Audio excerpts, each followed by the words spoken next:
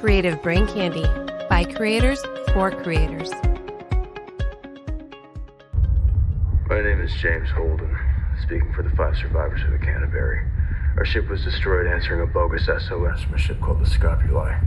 We recovered a false beacon and identified it as Martian naval technology. It was a trap. Are you We're insane? about to be taken aboard the MCR Don. Alex, shut him down. Lock us out. Lock us out. Speak for us. We intend to cooperate, host. This means we won't be harmed. Should I smoke them? Say the word. We're dead anyway.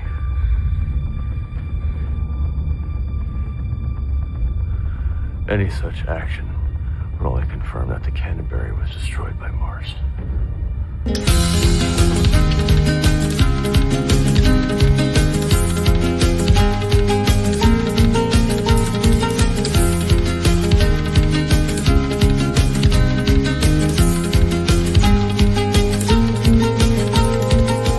Hi, everyone, and welcome to Smoking and Drinking in Space. This is a sci-fi podcast from a couple guys who think they know sci-fi.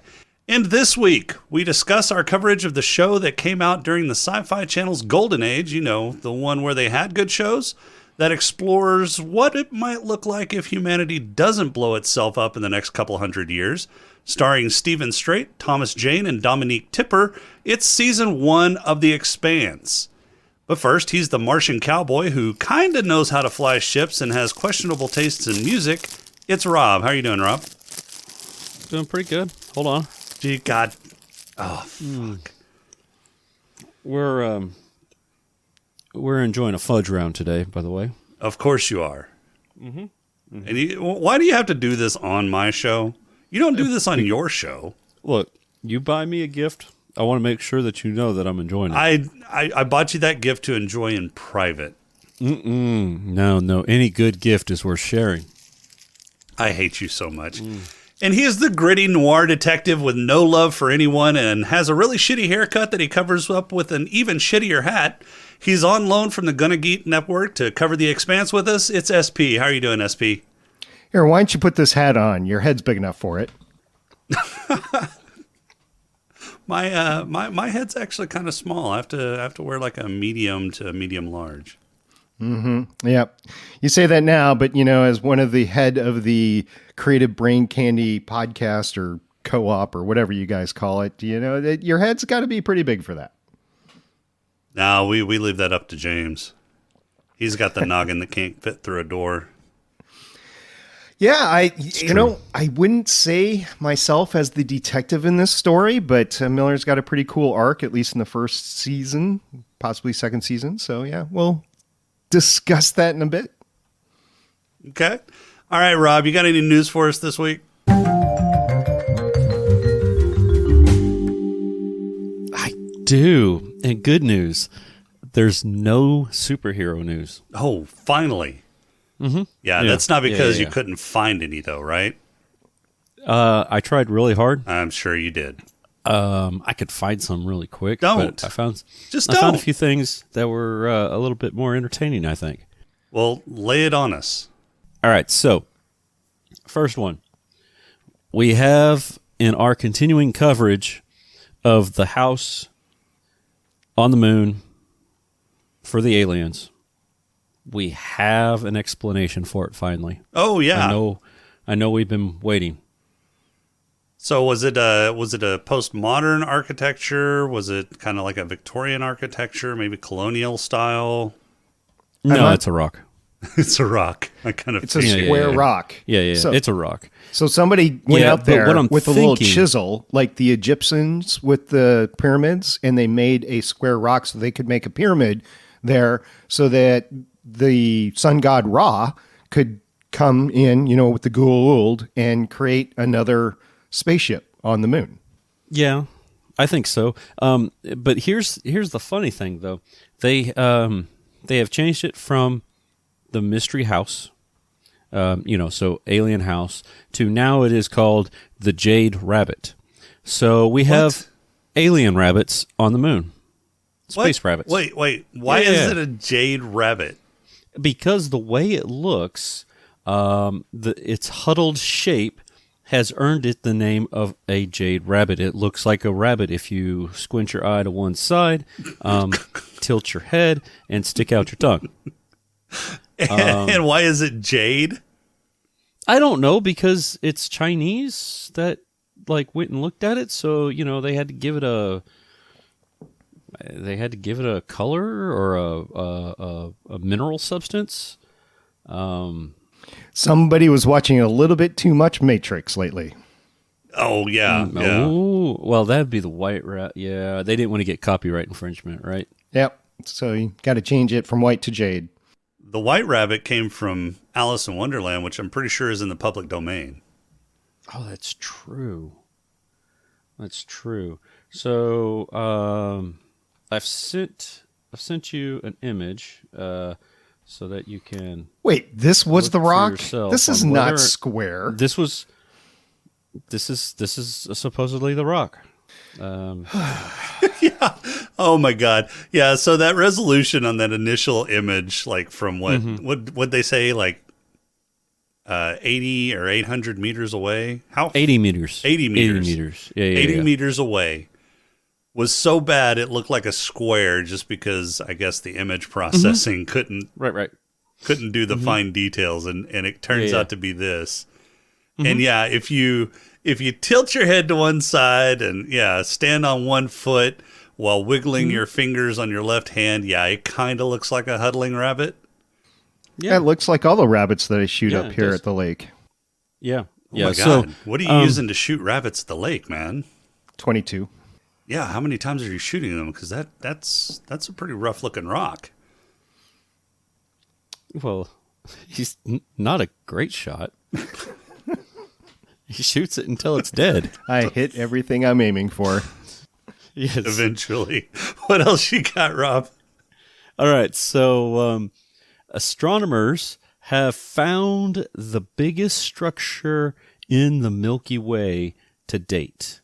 And it is a filament of hydrogen that spans 3,900 light years. Holy shit.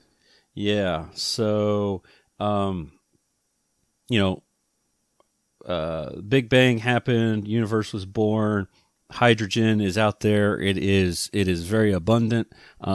Just finding it in large quantities is not necessarily, or large condensed quantities isn't necessarily commonplace. So except for what, nebula? Nebulas and things like that, yeah. But this is by far the largest group, or the largest cluster of hydrogen, being 3,900 light years across. This thing is located 55,000 light years away, so basically on the other side of the Milky Way galaxy. And they gave it a cute name. It's named Maggie. Aww. Why? I don't know. They just they named it Maggie. I guess because if you're the scientist that finds it, you get to name it after your girlfriend. I don't know. Okay. So So and they didn't have any explanation for why Maggie. Typically, there's a story behind that. This particular site, phys.org, does not have that sounds reputable. A story behind the name of Maggie. Well, it's like the astronomer in Armageddon that names the asteroid that's coming to kill the Earth after his wife because it's a relentless bitch from which there's no escape. Yeah. It could be that. Because it's a life-sucking bitch that's going to kill us all, yeah. Yeah. So typically there's a story behind that. Did the article start with something like, you won't believe the name of this? I mean, was it like a clickbaity article? Because that doesn't sound like a reputable site. It's got a whole like YouTube video on the Maggie filament and what is the physical properties of this giant atomic cloud. And so I don't know. Yeah, I don't have any information on that. Yeah, this is. Oh, wait. Hey, if you look further down in the article a little bit. Damn it. Yeah. So, when he observed the filament, he named it. Oh, well, this isn't near as entertaining as, ex-wife, which is a soul-sucking bitch. I keep forgetting Rob doesn't read the articles. Look, it was way down after, like, the clickbait advertisements and all that, so I thought it was done. Anyway, so the scientist, Juan de Soler, he's an astrophysicist in the University of Vienna. When he observed it, he named it after the longest river in his native country of Colombia, the Rio Magdalena. Yeah, okay. Which is, I guess they call it short, they call it Maggie. So there you go. I could see that. A long okay, well, river. that makes after sense. a river. Yeah. Okay. Yeah. At least it wasn't his girlfriend. Yeah, right. So 3,900 light years long, 130 light years wide. Jeez, that's a long one. All right, what else That's you what got? she said. Oh, what else do I got? So we did the mystery hut. That is a rabbit. We've got the hydrogen crap. Oh, here's another one. So aliens. Aliens are a thing. Why? The unknown object, there is some sort of unknown object at the heart of the Milky Way that has been beaming radio signals and then disappearing. Now, I'm not saying aliens, but I'm saying aliens. Like a pulsar? Of course you are. Well, that, yeah, like, of course. Pulses with radio waves? Not a pulsar. So, a physics PhD student at the University of Sydney was going through a bunch of data back in 2020 from Australia's ASKAP radio telescope. The research team detected 2 million objects, and they've been classifying them. The computer has identified most of the stars at various stages of life. They've picked out the telltale signs of pulsars and things like that. But there is some sort of object at the center of the galaxy that has stumped the computer and the researchers. Basically, the object emitted powerful radio waves throughout 2020. It did it 6 times over a course of 9 months. The irregular pattern and polarized radio emissions didn't look like anything that they had ever seen before, so they don't think it is a pulsar. So they went to go find that object on using X-ray, visible light, or infrared light. They were looking at everything, and they couldn't find it. They lost the radio signal. It disappeared. And then about a year later, boom, it shows up again. And then disappeared again after about a day. So I think it is aliens contacting their friends on the backside of the moon that are hiding underneath the space rabbit. Why would they be hiding? You're an idiot. Well, because they don't want us to know. So, like that space rabbit, that space rock, that's actually just a rock that they keep their key under. And so that they can unlock the door that heads to the center of the moon. If you wait a couple weeks, we will tell you all about it in our documentary that we're covering of Moonfall. I'm a little disappointed here, Oh my God, Rob. you're an idiot. Rob, you didn't cover the Why are you SpaceX disappointed? launch because you didn't cover the SpaceX launch tower there in Texas. You didn't cover the status of the James Webb Space Telescope. You didn't say anything about the White House extending the International Space Station operations through 2030. I mean, none of the realistic stuff. You just go off on aliens and rabbits and I don't know what kind of drugs you're on. You've met Look, Rob before, right? The aliens and, well, the rabbits, the whole aliens and the rabbits thing, that was important, hard-hitting news because we were trying to figure out what that house was. I'm on not the sure moon. you know And what we hard-hitting figured it out. news means.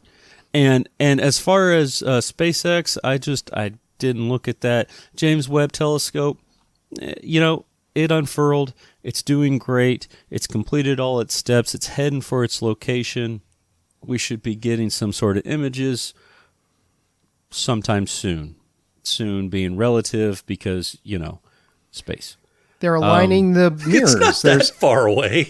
They're aligning the mirrors. They got 18 mirrors that they have to align in order to get good pictures. Right. Otherwise, you're going to get bad pictures, kind of like your rabbit.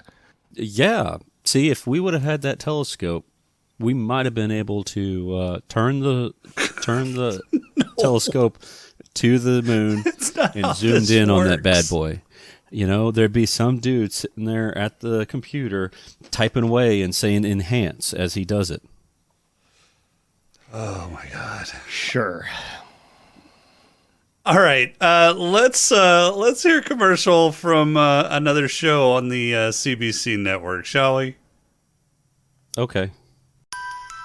Do you like true crime? Oh my God, Kat, you can't just ask people if they like murder. But I'm curious. Well, curiosity killed the cat.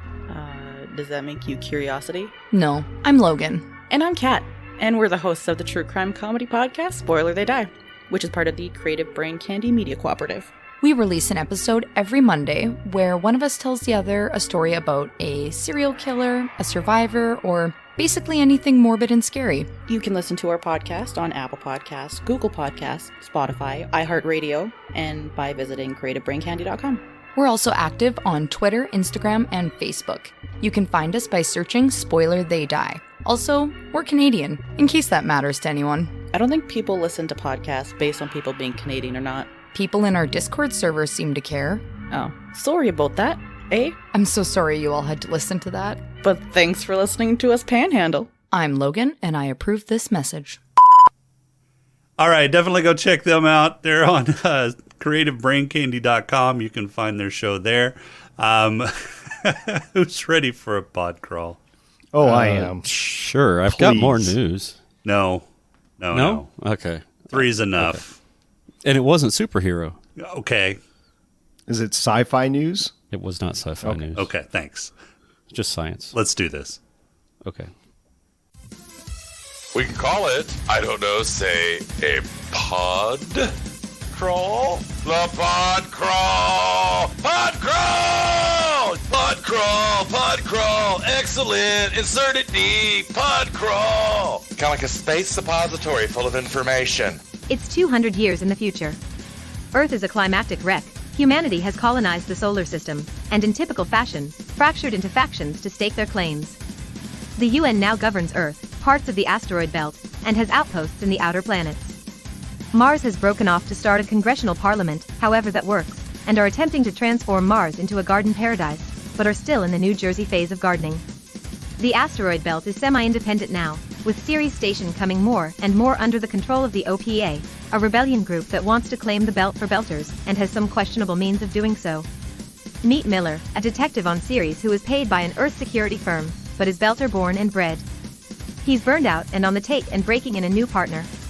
His boss has handed him an off-the-books assignment to find a rich man's daughter, who is on her rebellion walkabout, hanging with a bad crowd and marching in protest, the usual. At this point it becomes a classic tale of boy meets girl. By digging through her history, boy falls in love and loses everything, including his gerb, to find the girl. Boy joins forces with a group of salvagers to find the girl. Girl is eaten from the inside by a living crystalline virus. Boy is heartbroken and hit with a massive dose of radiation. Boy is rescued by salvage team. Speaking of the salvage team, this group of ragtag United Colors of Benetton come courtesy of the Canterbury, an ice hauler that was exploded by a mystery ship after they answered a distress call. There's Holden, the de facto leader of the group who fills the reluctant leader trope to a T. Alex, the former Mars pilot that nobody knew came from Mars who was a glorified truck driver in the Martian Navy. Amos, who is a sociopathic bruiser who shifts alliances so much he gives whiplash to anyone trying to keep up. And finally Naomi, the brilliant engineer who can make a nuclear reactor from a paper clip and a nuclear reactor and consistently makes the worst decisions possible throughout the entire series. They were on the life raft investigating the distress signal when their mothership exploded and were stranded in space, where they were rescued by the flagship of the Martian Navy, the Donager. However, the Donager was blown up by the same mystery ships that blew up the Cant. The Donager captain gets Holden and the gang off the ship via a Martian gunship frigate called the Tachi. They head towards Tycho Station, a private shipyard that is run by a former Earth military officer named Fred Johnson, known for a massacre of surrendering dissidents. Holden and crew gather the clues and eventually locate Julie Mao's last known location on Eros. It's there they meet Miller just as they discover Julie's corpse. Miller and gang split up to try and figure out what killed Julie, and make their way back to the newly renamed gunship, now called the Rosinante, where Miller and Holden are microwaved inside a riot, watch a zombie apocalypse, and get rescued by their shipmates who shoot Miller's friend in the head over a disagreement on tardiness. The head of the spies on Earth, of Surla, is pretty sure she knows what's going on with the stealth ships, and who might be responsible. Julie's dad turns out to be the man behind the proto-molecule, and roll a shitty corporate spy getting his just desserts. Credits. All right, season 1 of The Expanse. So we're going to be covering The Expanse by season for the next 6 episodes, although there will be a break after, I think, our coverage of season 2, so that we can work on Moonfall as promised. Mm-hmm. Yeah, because we got to bring James back for that one. Yeah. So James will be back for Moonfall. So season 1, I haven't seen season 1 probably in several years. I've kept up with all of the seasons. In fact, I finished up season 6 shortly after I finished up season 1 for coverage of this episode.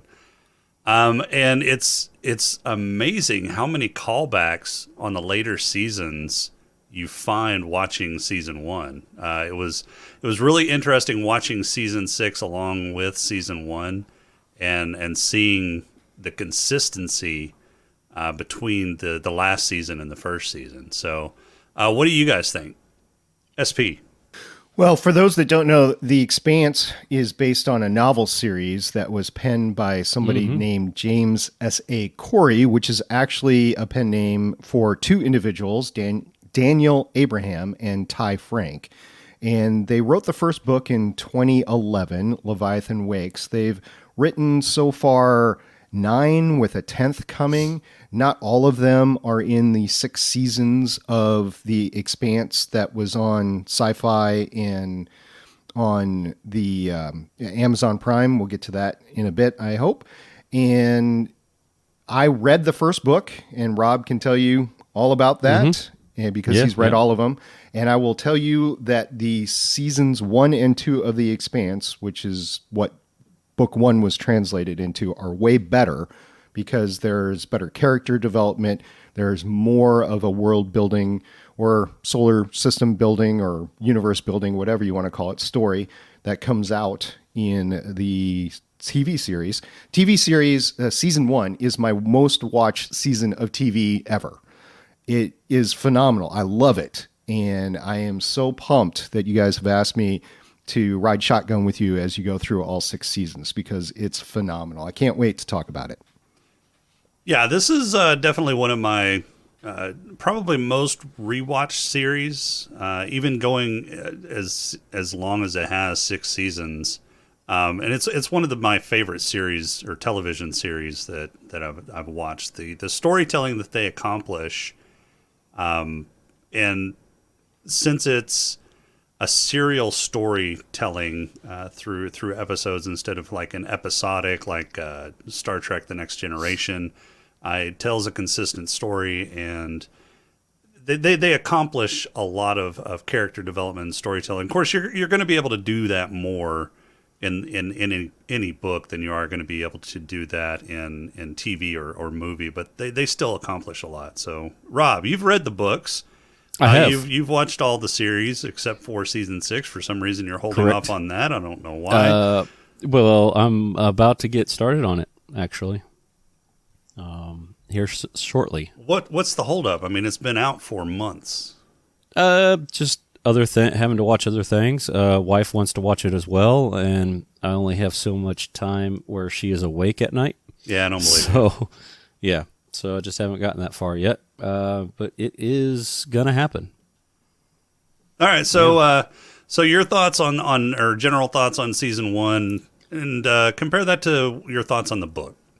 I think I agree with SP in that the book is a lot better at fleshing out the characters, fleshing out the world or the universe, so to speak. But again, I think the opposite. I think the series is better in season 1 than the book, The Leviathan Wakes. I think season 1 and season 2 of The Expanse way better than Leviathan Wakes.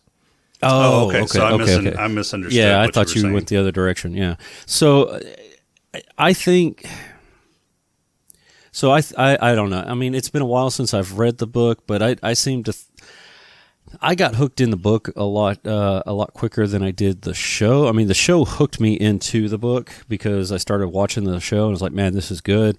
I want to see what the books are like. I think they did okay, so I guess I'm thinking in terms of like all the books, not all the books, but the first couple books, in that it's kind of a slow burn to flush out the characters. Like you don't see Avasarala or whatever until like book 2 or 3, whereas they bring her in on season 1. So there's some differences there. I think SciFi did a phenomenal job of taking the book and making it work well. Normally you hear a lot of, oh man, this is not as good as the book. Honestly, I think they're pretty close to the same in terms of the meat. Well, let's clarify that though first, because you said you thought SciFi did a phenomenal job. This was not a SciFi production. This was an Alcon production, and SciFi was the distributor. So, and I think that kind of contributed. So Alcon. I think that kind of contributed to how well this show did.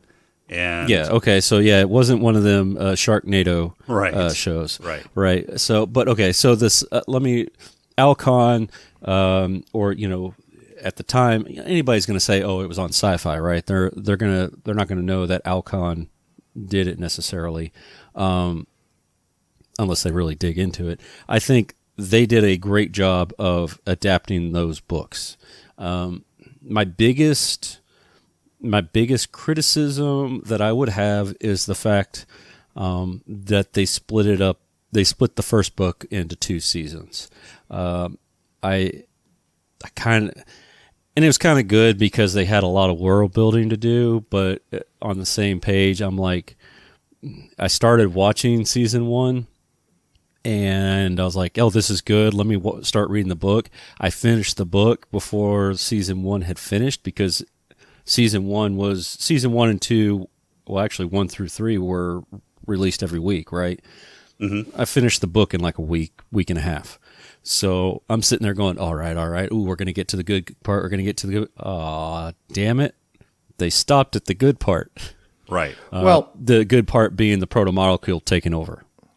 Yeah, if that's your definition of the good part here, there is a lot of good parts. So first of all, research. Yeah, there definitely is. The research that I've done so far has pinned the time of this occurring to be about 2350, which is roughly 350 years in the future. There's no year given in any of the productions on where this specifically is, but the best guess by everybody, the fans and the authors, has been about 2350 AD.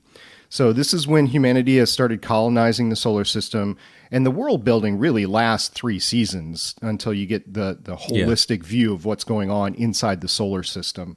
You have locations in the solar system that are in the belt. You have Mars. You have Earth being the birthplace of humanity. Unfortunately, there's been ecological disasters, overpopulation, and humanity has really had to spread out. So you have asteroids like Eros and Circes, and you have shipbuilding places like Tycho Station, asteroids like Phoebe, all in the belt area, which is in between Mars and Jupiter. And you have Mars and you have Earth, and those are the locations, really, of this for season 1. Yeah, season 1. And that's just important to denote, is that we were actually getting this, and it's based on real science. You have actual gravity or no gravity. When you're on Ceres and you're pouring a drink, you see it take these phenomenal gravity arcs. So it's not just the same arc that you would get in your kitchen pouring a cup of coffee. It actually goes through a little gravity arc to get to your cup because that's the gravity they have to endure. You have ships without gravity because when they're not underpowered, there is no gravity unless they're rotating around, which comes into play more so in season 2, 3, and on. You have magnetic boots that are needed to actually walk around. You have science for science sakes in your science fiction. So just based on the world building, where you are in the solar system and the actual science behind this whole thing, and they get into the drives later in the series, not in season 1, the ship drives, that it drew me in just based on the realistic depiction of what would be out there in 300 years. Yeah. So that's really what drew me in too. So the first time I watched this, I think season 1 had already been released and they were about to release season 2. And so I'd heard quite a bit about the Expanse. I hadn't checked it out yet. And so I fired up the SciFi app and I fired up season 1 because I think I was just looking for something to watch. And that hit my radar. I think I was watching The Magicians at the time or some other sci-fi series, and that came up as a recommendation. So I was like, okay, yeah, I want to check out this series. I've heard some stuff about it. I didn't have high hopes because I never have high hopes on sci-fi series. There've been some good ones. I love Eureka. I love The Magicians. Haven. Haven was really good. Yeah. But again, that was in the kind of the golden age of the Sci-Fi Channel, and they were shit before. They're kind of shit now.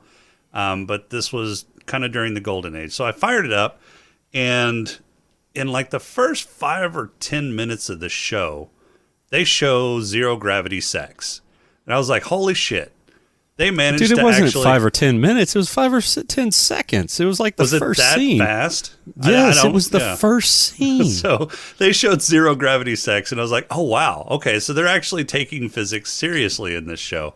And throughout the first episode, throughout the first episode, I mean, they were pretty accurate on the physics. Now, of course, they kind of stretched the stuff and there's sound in space, but that's a design decision that I choose to ignore. So that's not true.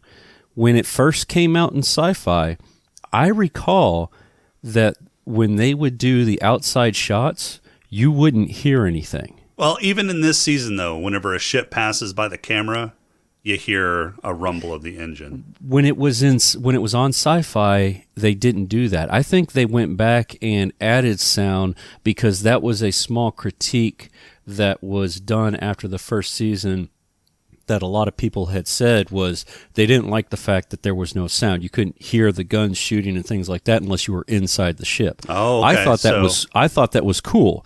And that's the one thing, and I had it in my notes. That was the one thing that I noticed is watching this on Amazon, rewatching this, I was like, I remember there not being sound. So I kind of remembered that too, and that was a little odd that I started hearing stuff, and I was like, well, okay.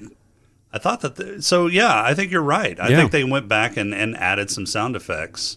Yeah, because that's what that really brought me in was the fact that it was like, oh, no sound. This is kind of cool. They're playing it real. So I wrote down a hallmark moment for every single episode, and the hallmark moment for the first episode was the Canterbury explosion because it was big moment. You have the entire crew that you've been drawn into, and I want to talk about that later, was dead, basically. And then you have this big explosion. Unlike the Death Star in Star Wars, there's no sound whatsoever. But then you get the shockwave when the shockwave comes and hits the little tug, the Knight, and so you feel the effects, but you don't hear the effects when the Canterbury blows up. And I did remember that as being, okay, well, cool, this is actual physics. There is some minimal sound translation in space, depending on if you're touching something, if there is any sort of gas around. But for the most part, there is no sound that's translated in space. Yeah, and it's actually cool. I think it's in season 2. And we'll get to that. There's a scene where Holden and I want to say, oh my God, what is her name? Naomi. I kept wanting to say Dominique. Naomi are out on the hull of the ship, and they turn off their radios, but they push their helmets together, and they're able to talk due to the sound vibration translation between the helmets. Right. So that's a really cool little kind of tidbit that they add, and I think that's in season 2. That might be season 3, but it's in one of the earlier seasons, and that's also a really cool thing. So yeah, they stay pretty accurate to the physics in this show, and I really appreciate that. But it sneaks up on you too, the actual story, because it seems just like a typical missing persons type a story. And you have your A story, which turns out to be the Miller story, and then you have your B story, which is the events that happen after the Canterbury explodes. And then they merge those two stories together, and it ends up that Holden and team are actually the A story moving forward. And it's just masterful storytelling, in my opinion. Yeah, it's amazing. And even in the books, it's amazing how interconnected they make everything. Seemingly random events actually coincide with each other. The one thing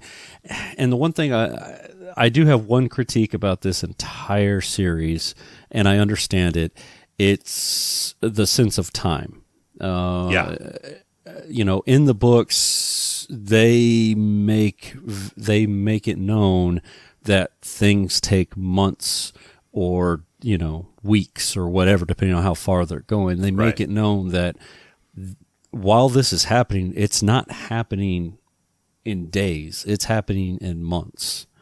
It was like 20 days or something like that, if I remember correctly, before the survivors on the night got picked up by the Donager, or something like. I mean, it was ridiculous. And here they make it sound like it's a couple hours.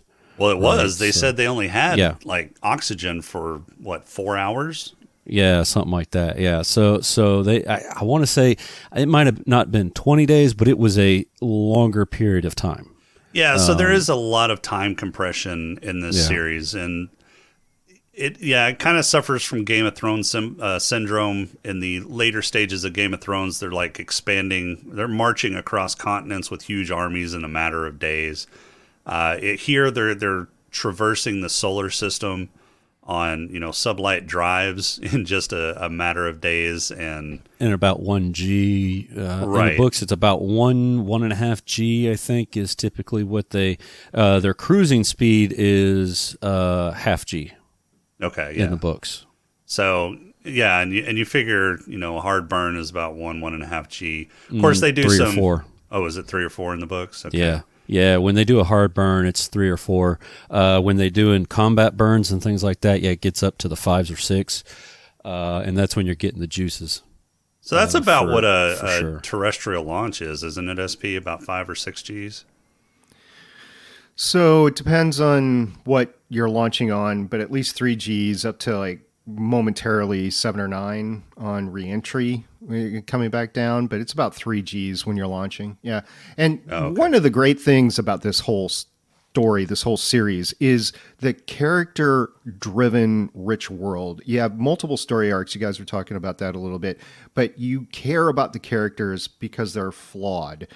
And the entire first season, if I had to sum it up in a nutshell, was the mystery of Julie Mao and the proto-molecule, and I'll put this in quotes, quote, weaponization, unquote. That's the entire arc. And so you've got you were mentioning, Rob, you had the Miller story and you had the Holden story. That's basically like your 2 favorite TV shows on a network. You got Miller over here on show A, and you got Holden over here on show B. At the end of episode 8, they end up getting together. It's like the best crossover moment of your 2 best favorite TV shows ever. And you really get the story going at the end of episode 8. Each individual episode gets better than the one before, and that extends at least into season 4. I've never seen a series like this before. And because I've heard complaints that it's slow to start, and I would agree with that, if you can make it through the 4th episode, which is called CQB. If you've never seen this before, you're listening to us talk about it, and you're like, okay, I'm going to check this out. You get to CQB. If you're in at CQB. If you're not in then at CQB, then you're just not going to get the rest of the series. So CQB is really the turning point. Yeah, that's when they got picked up by the Donager, and we have the mystery ships that mystery ship and fire, and really the first, like I want to say it was it's the first space battle that they showed. Second. So the first space battle would be when the Cant blew up. Yeah, but there wasn't much there, really. I mean, it was shooting rockets, right? So this one you had the PDCs going off, point defense cannons going off. You had rail guns and all that. I mean, this was really, and I agree with SP. This episode that really brought me in. What really brought me in, and I'll, a little spoiler, in the books, Shed misses his head, right? He loses his head with a rail gun. Was it? It wasn't a rail gun. It was just a PDC shot that came through the hull. Okay, yeah. And I was waiting to see if that happened in the show. And when it did, I was like, yeah, I'm in. I'm in for as long as this is, because that was cool. It was cool when I read it, and then it was cool when I saw it and how they actually did it. You know, you had the globular blood and all that stuff. I was like, yeah, they're doing this right. I'm in. Yeah, the effects in this show for a TV show are just phenomenal. I mean, they did a really good job. I'm sure they had a massive budget, and the budget even gets bigger. And from what I've read, the budget is kind of the reason why they stopped at season 6. They could do shorter seasons on the budget that they were getting allocated, and that's why season 6 only had like 6 episodes. But it was getting to where their budget was constrained enough that they just weren't able to tell the story that they wanted to, so they just stopped at season 6. The Shed moment in episode 4 was my marquee moment of episode 4, because there's just so much that was phenomenal about that. It was a decapitation in space, which on network TV, because you mentioned season 1 through 3 were not on network, but cable TV. It was on cable TV. They showed a beheading, and they showed what happened to the blood after that. Poor Shed, the actor that played Shed, he's a noted actor, right? So if you hadn't read the books, you're thinking that Paulo Costanzo is going to be around for a while, because he's a famous actor on a lot of TV shows. And then all of a sudden, he's just gone in episode 4. You're like, what? And he's not the only one. This happens throughout season 1 quite a bit, where you bring in these very rich characters and they're gone within an episode or 2. You have the Canterbury, you have the Donager. There's phenomenal characters on the Donager, and they're just gone. The entire asteroid of Eros. You have the Christian's friend, the ambassador, Franklin. He's gone because he commits suicide. It's not shown on there. You had the horrific events of Anderson Station, where you're drawn in to these miners with their plights, and then they're just gone. You have Dawes talking about his sister Athena, who we never meet, but it's just graphic in his description.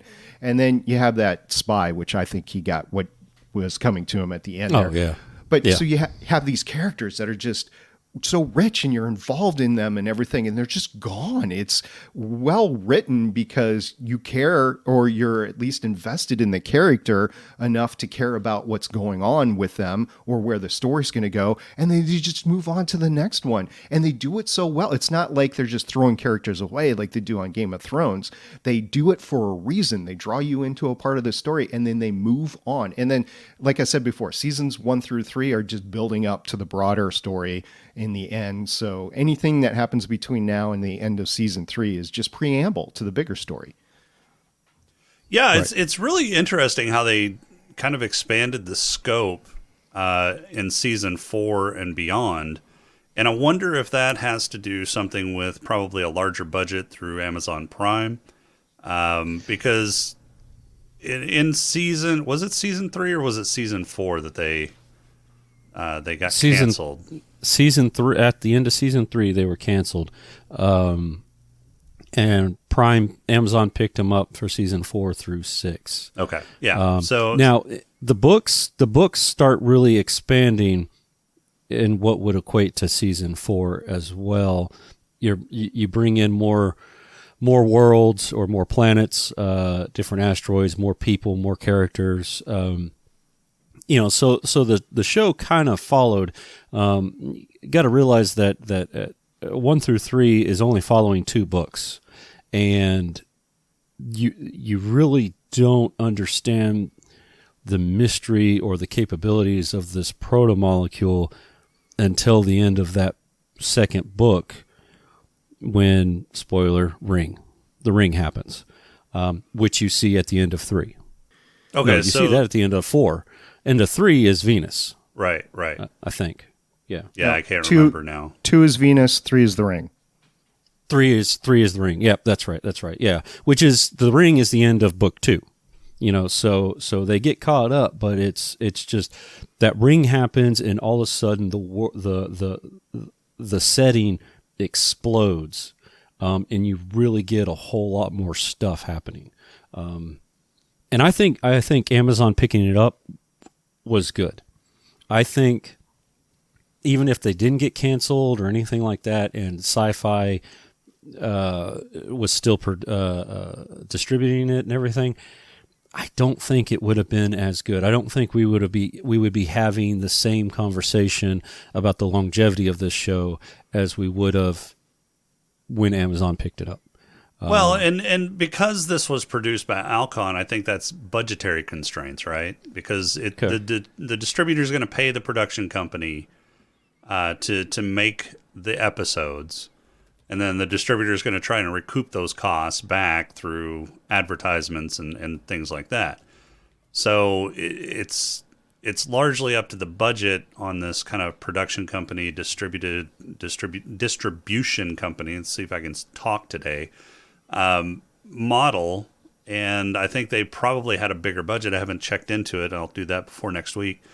They probably had a bigger budget whenever they moved over to Amazon Prime. Yeah, so most definitely, I would think so. So Skiffy as a channel started as SciFi September of 1992. As a sci-fi geek, it was going to be the greatest thing ever, right? And we built up to Battlestar Galactica in the early 2000s, and then we had some lower budget stuff because they admitted they couldn't do anything big like BSG, again, because it was just too much money for what they had available. And then we come up with this wonderful series of The Expanse, and it was on the same time as like Killjoys and Dark Matter on Skiffy. They canceled Dark Matter in 2017. They canceled this in 2018. And when this was canceled, I vowed never to go back to Skiffy again, and I haven't. I don't even know what's on there anymore, and I hear there's one or two series on there, like maybe The Magicians, I think might be on there. I don't know. But I have never gone. Last season was several years ago. Okay, so I don't even know what's on there. I don't want to know what's on there. I don't care, because my sci-fi that I'm getting now is done by bigger production houses that have more budget, that can throw this on, like Amazon Prime, like Netflix, like HBO Max, people that have good budgets and good writers to put together good series. And I think, unfortunately, that's where we're at today, is you can't do decent sci-fi with the effects that we want on the budget that you can do on cable or network TV. That's why it just doesn't work, because it doesn't get the viewership, they don't get the advertising, and they just don't have the budget to do that. Versus you take it on a streaming platform where you get paid customers that say, I'm going to give you my money so that I can watch these things, whether it's Paramount Plus or whatever, right? And so that is the way of the future, and I'm glad that Amazon picked it up. I think Jeff Bezos personally told the president of Prime Video, I want that. And so they went out to go get it, because their boss, Jeff Bezos, said, go get it.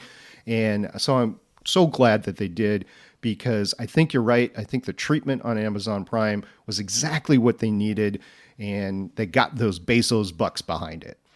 Yeah. So I'm going to disagree a little bit. I think SciFi could be able to produce the kind of shows that you're wanting, because Sci-Fi, if I'm remembering correctly, is under the NBC Comcast umbrella, right? Correct. That is correct, but I also have an issue with NBC because they've never, even on their broadcast network, they've never done genre shows correctly. So CBS has Paramount Plus. They're producing Star Trek. People love Discovery for whatever fucking reason. I have no idea why, because it's a shit show. Good show. But they do produce Picard, and Picard was an excellent series. I'm looking forward to seasons 2 and 3. Shit show.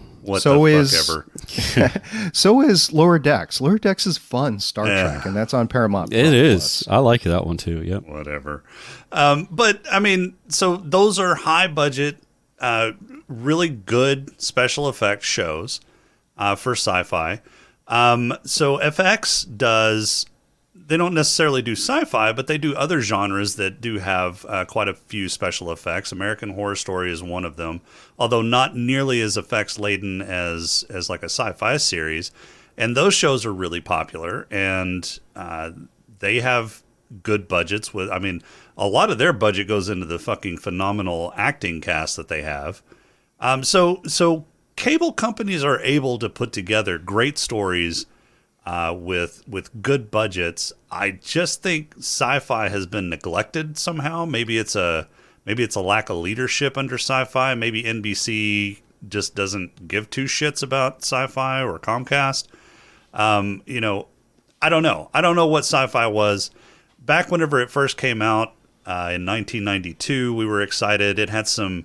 I mean, it was definitely a B tier cable channel, but it had good shows like Mystery Science Theater 3000. That was a fun show that we used to watch.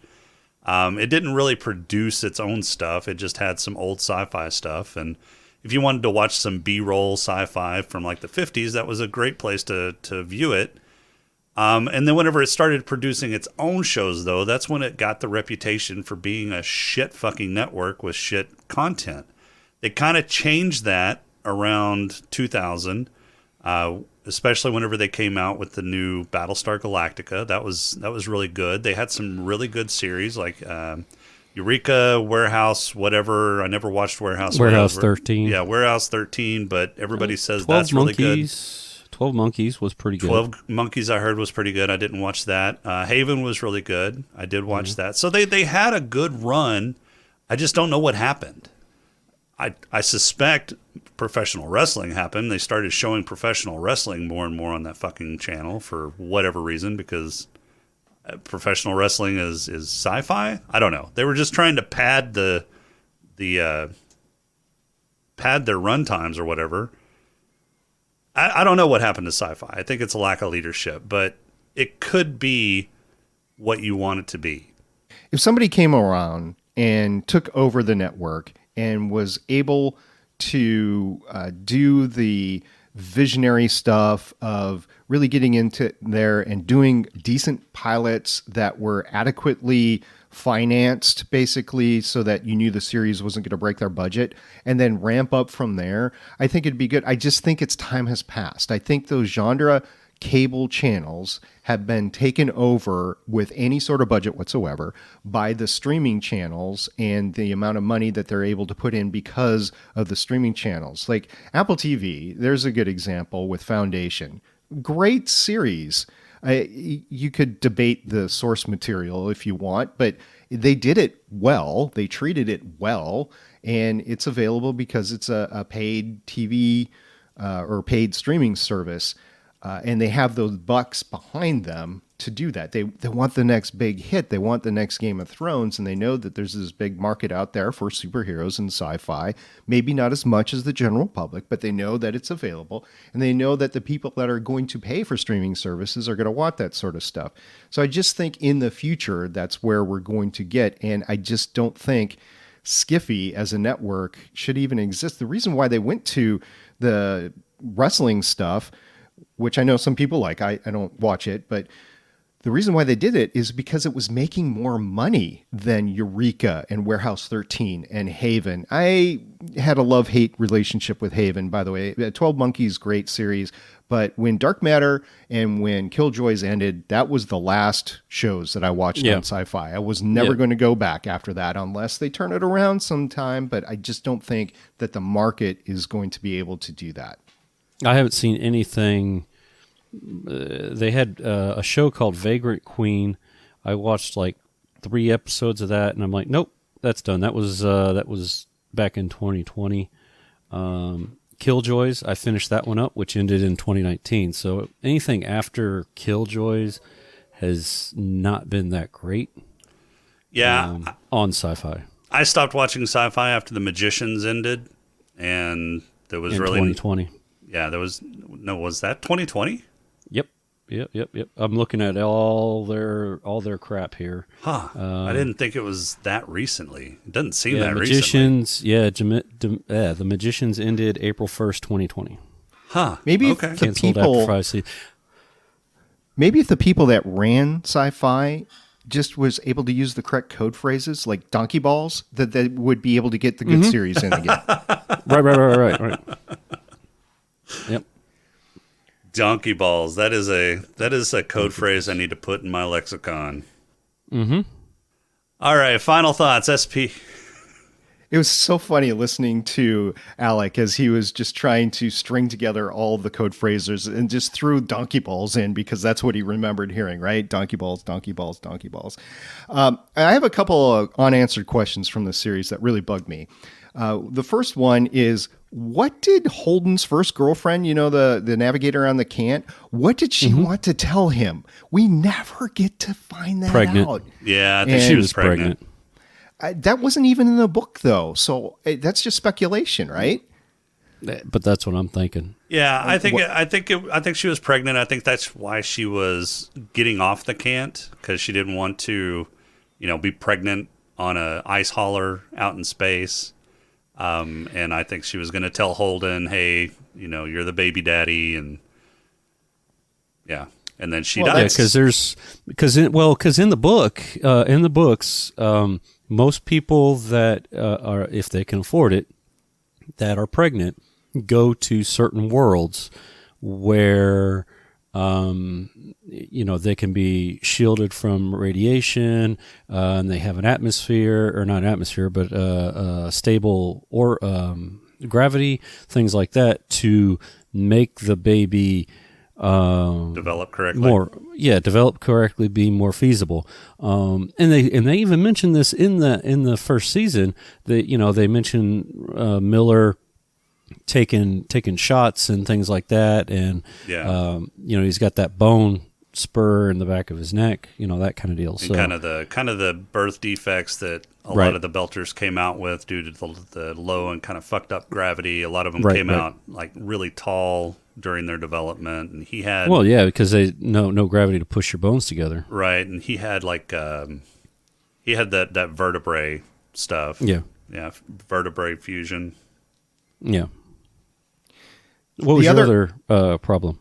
The other unanswered question, not necessarily a problem, I have a couple of those, but the other unanswered question is, why did the Cant captain have all those dang glass cats? It's a story we never got. We are led into it so much, and I just want to know why he had all those glass cats, other than to be a diversion for him not to be able to ask Holden why he left Earth, basically. It's just it's a story crutch, but then we never get the answer. It's like all these years later, I want to know the answer to those two questions, and I never get them.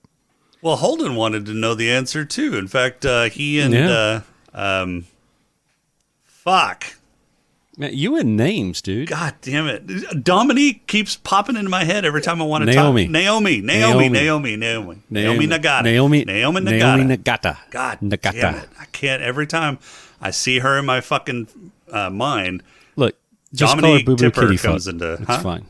Just call her Boo Boo Kitty Fuck. It's fine. Whatever. When woman. he and Naomi were talking, he was like, that's the story I never got and that I wanted to know. So, and she, because she had mentioned all those weird fucking cats on the Cant. What other questions you have, SP?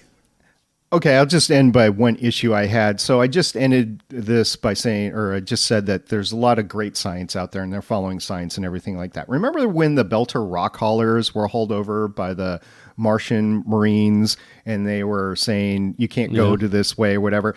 They're walking and on the ship deck like there's gravity. There is no drive going. They were told to order, heave ho, whatever. So their drive's off.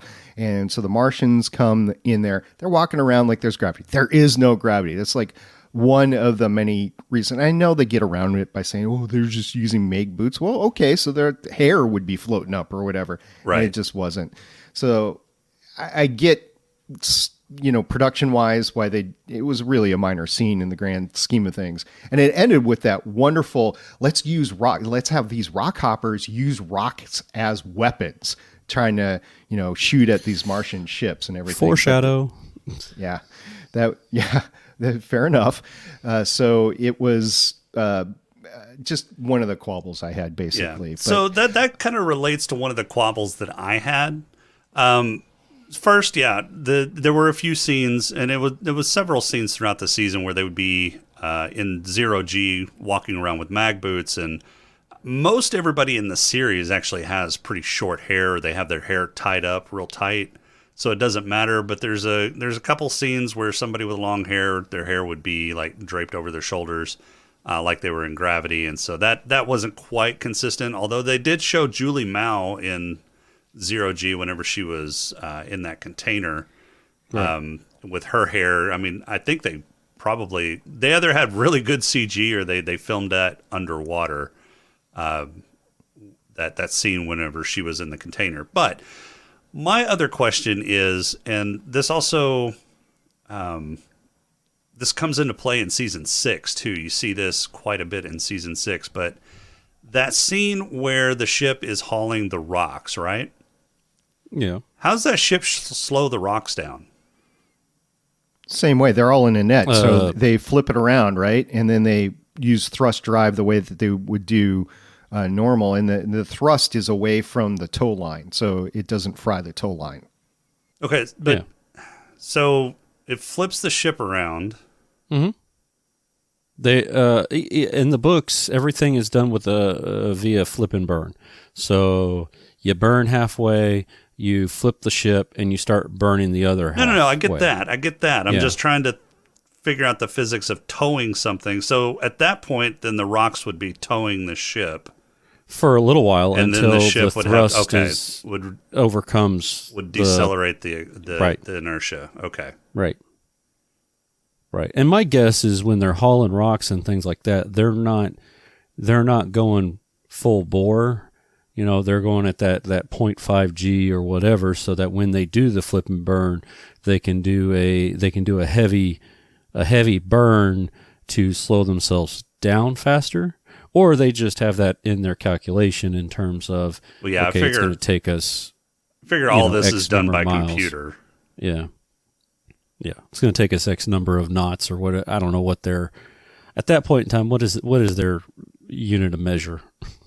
Kilometers, miles, parsecs. KPS is, it depends. 300 years in the future, I don't know what they use, but yeah, it's usually miles per second or kilometers per second is a good thing that you use. Usually you use it as some sort of delta V, which is, measured in either miles or kilometers per second. We didn't get a chance this week to go into all of the characters. I really want to dive into the characters next time if you guys would have me back. Oh, you're coming back. Okay. Yeah, you're in it for the long haul. You said you were doing all 6 seasons, so yeah. You do get a week off. We got to grab James and do Moonfall. Cool. Well, woohoo! Vegas weekend for me. There you go. All right, Rob, you got a haiku for us this week?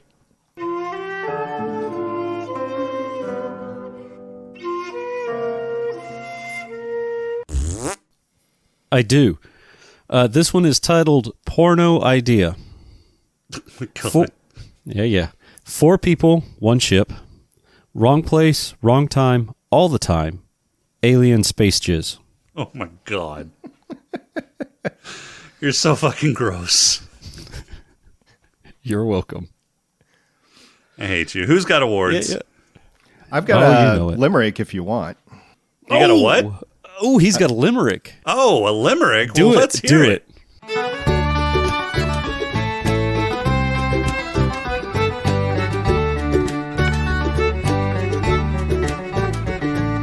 Okay.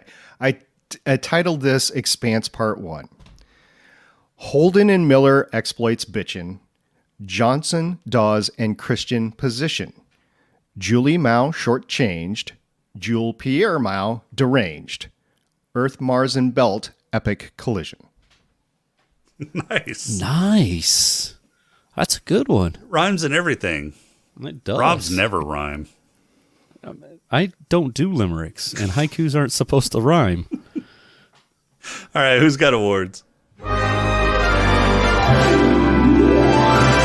All right, SP, who's got your Black Lung Award? Well, I originally, when I was thinking about this first season, I wanted to go with Miller and Holden because they were smoking from their deadly dose of radiation, so to speak. But there was an actual person smoking in here, and we didn't talk about smoking in space and oxygen and that sort of thing. Maybe we'll do it in the future. I don't know. There was a girl outside the racer bar that they were looking at, the racers that were going around the solar systems. I think it's called Beezy's Becco's Hold. There's a girl outside that was smoking, so I have to give it to her. Cool. Rob? I went ahead and just gave it to Christian because she sounds like she was a heavy smoker. That's who's getting mine, too. Yeah. It sounds like she's been smoking for like twice her lifetime. No kidding. So for this series, she's going to be my honorary, and she's getting it for this one. So yeah. She's getting my award, my Black Lung Award. All right, Rob, who's got your head lash? Oh, it's Amos. Always Amos. You think? Okay. Yeah, he is. Dude, he went through lockers looking for booze. He used booze to keep himself awake when he got shot in the leg. He went to a titty bar and got booze. The guy is a booze hound. Oh, yeah. In season 6, yeah. Oh, yeah. It's Amos. Always Amos. All right. SP? I chose Amos because he found the bottle in the Rossi, and then he's always drinking in the bars and stuff like that. So same reasons that Rob had. And I'm really cringing here because I think this is going to be another whatever Rob calls it. No, it's not going to be that because mine's going to go to Miller. Because he is the original booze hound. He was always drunk. In fact, the only thing that dried him out was his love for Julie Mao and his need to find her. So he dried out in order to keep a clear head in order to complete the investigation. So that's he's the one getting my head lush. I think he probably could drink Amos under the table. Look, there are 5 more seasons. My 3-way will show up at one point in time. Maybe even a menage a trois. No. All right, SP, who's got your player? I really didn't know where to go here, so I just chose Holden because of his little thing that he had going on in the Canterbury with a fellow officer on board. So Holden's got my player. Okay, Rob? Yeah, I gave it to Holden for the floaty space sex. I mean, 10 seconds into the show, and yeah. Yeah, some God damn it. I gotta got switch. Around too. I gotta switch mine. No, you don't. No, yes, I do. No. So mine's going to go to Naomi. Holden. It's going to Holden. Perfect. It is not going to Holden. No, it is. Mine's going to go to Naomi now. Because that seems weak. She's starting to put the moves on Holden at the end of the season. She's kind of giving him the fuck me eyes. So she's not. Yeah, go ahead. Give it to Holden. Nope. I wanted to go with her, Naomi. But I couldn't because she doesn't do anything in this season. No, she doesn't. Yeah, at the end. I'm gonna again weak. Well, you can call it weak, but you're not getting your thing. So all right, Rob. Who's got your purple hippo? So this one I kind of gave as a tie. Actually, this one might even be a 3-way potentially. No, that's so not allowed. My first one was I was going to give it to Holden and Miller for the whole radiation death, they were like spewing crap. Things are liquid inside. But then I also remember the first officer of the Cant going just downright nuts, standing on dirt, right, and trying to kill himself. Right, it was great. So, why didn't we bring more light out? We need to bring more light. Yeah. All right, SP. I will go for the combination of Miller and Julie Mao. Julie Mao because she was used by everyone. Every single person that she knew used her for something. And so even her father. So I will go Julie Mao. And then I will also go Miller for being so hung up on Julie. So if I have to choose one, it'll be Julie. But I wanted you a tie between Miller and Julie. Yeah, and Miller even started hallucinating, mostly due to the radiation. But yeah, he started hallucinating Julie Mao at the end. That's definitely a worthy Purple Hippo candidate. So mine is going to go to Julie for getting infected and living through the crystals basically eating her from the inside out. And she also saw a vision of Miller, who she had never met, and the bird that Miller was looking at the very time that she died. So there was a connection between her and Miller somehow. So she's getting my Purple Hippo because that's a fucking head trip. I want my bird. I want my bird. Bring me my bird. From Iron Man 2. I mean, whatever. All right. Just a sec here. Got to pull it up so we can figure out what we're doing next week. Yep. Yep. Yeah, pulling up the list so we can pick. Yep.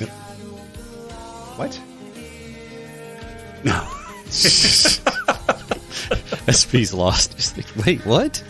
All right, so next week we're going to be discussing Season 2 of The Expanse. This is the season where the shit really starts hitting the fan. And we learn more about the proto-molecule in this season. It's the hunt for the proto-molecule and all the details about the proto-molecule in Season 2.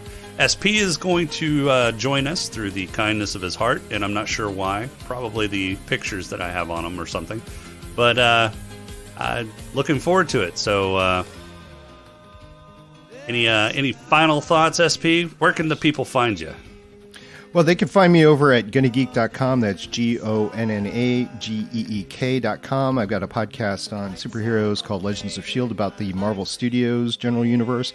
I've got a podcast about hobby podcasting called Better Podcasting. So you can find me over there. And yes, I will indeed be coming into this show next week because I'm going to talk about my favorite character, which doesn't show up until Season 2. Oh, I can't wait to hear about that. All right, so that's all we've got for this week. Our intro and outro music is Welcome Home by Cambo. Podcrawl music is Snack Mix by Machette. If you like the show, please rate and review us on iTunes. You can leave us feedback on our Discord channel at smokinganddrinkinginspace.com/Discord. Really on Twitter at @status_podcast, or you can email us at smokinganddrinkinginspace.com. To a new place. smokinganddrinkinginspace at outlook.com. I hate you, Rob.